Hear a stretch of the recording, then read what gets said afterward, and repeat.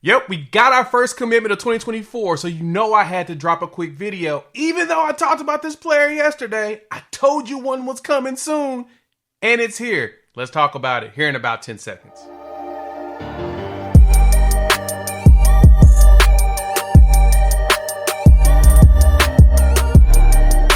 What's good, everybody? It's your boy Jay here with Unfair Sports, where we take a pensive approach to the sports conversation. Thanks for pulling up to the YouTube channel. In this video, we're going to talk about Jeremiah Newcombe, who last night dropped that commitment on Twitter. And we should be stoked because that's the first defensive and first overall 2024 commitment of this cycle. So we all should be stoked, right?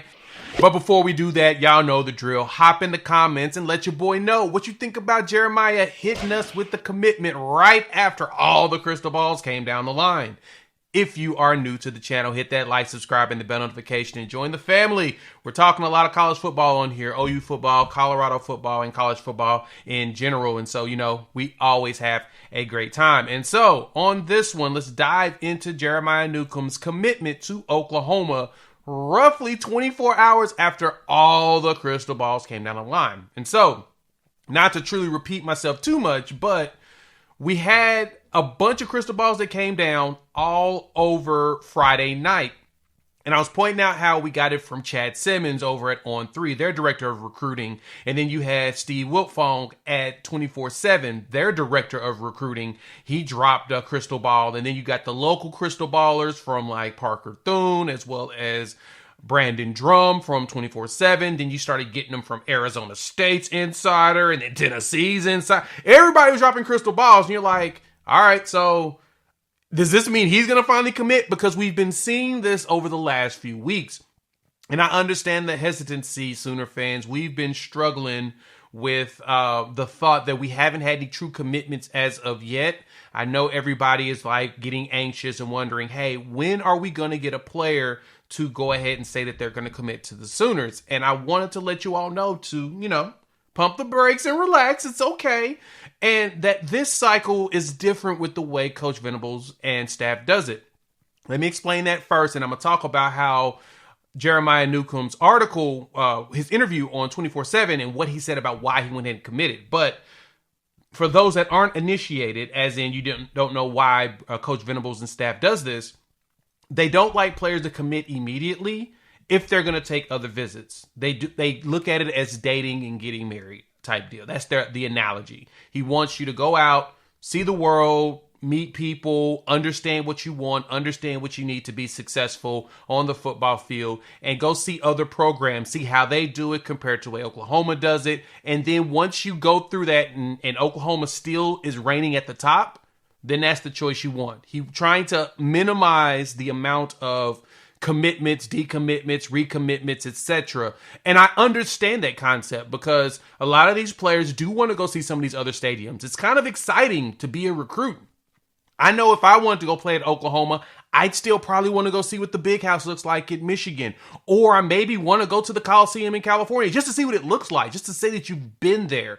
And so for some of, I definitely want to go to Happy Valley. That is on my bucket list of stadiums to go watch a game at. I really hope Oklahoma goes up to Penn State one of these days and play.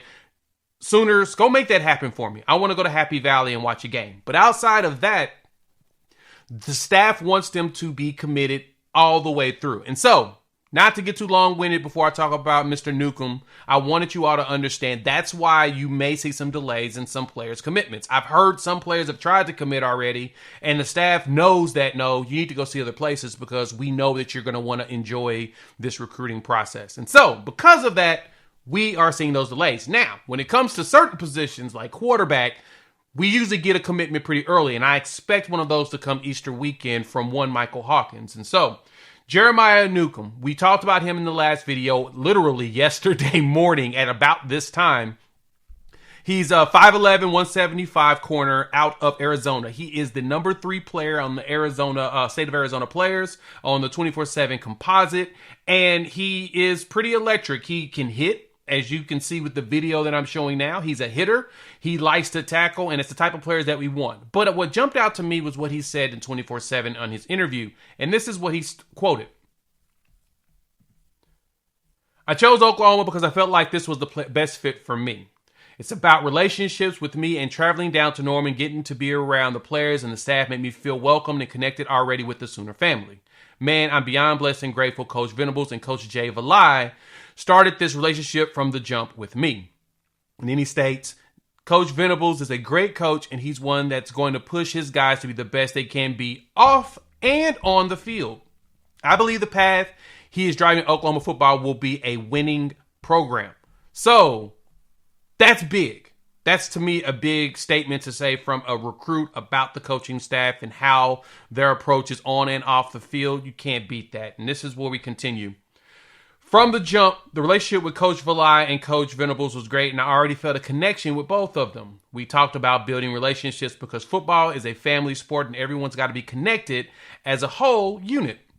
Football is my passion. I love the game. I don't care what position they place me, whether that's corner, nickel, or punt returner. I will always give my all helping out my team and providing my work ethic to OU football.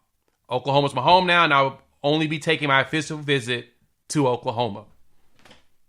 That's what you want, and that's what the staff wants, is those players that are keyed in, and this is the only place they want to be. And so whenever a player decides that their official visits are only going to be at Oklahoma, that's when you can expect most likely that we're going to get an early commitment out of them. That means that they're done, no more, no mas, it's over, they're locked in. And so, outside of that, Sooner fans, as you saw the footage on him before, we talked about his measurables and everything. Go back to that video. It's up here. I'm not going to go back through it all, but I want to hear from you all. I want to hear your thoughts. Did this ease the tensions for you? Give me a Y or N in the comments. Are your tensions now calmer that we've gotten our first one? And do you anticipate the floodgates opening up for more commitments? Definitely want to hear from you all. If you're new to the channel, you've made it this far, go ahead and hit that like, subscribe, and the bell notification. As recruits are coming in, you're definitely going to hear from your boy. I've got a couple of PWOs I need to talk about. I'm going to talk about them on the live stream later today. So hop on at 6 p.m. Central. We'll be live. My boy from the Horns Down podcast, Chris Griffin's going to join us. We're going to talk about the Elite Freak Day that happened on Saturday, as well as go through the defensive line as we prepare for the spring game. Hopefully you all can join us. We're really excited to have you around. All right. Thanks for pulling up. Hop in the comments. Let me know your thoughts, as well as hit the like, subscribe, and bell notification. We'll chop it up in a few hours. Peace.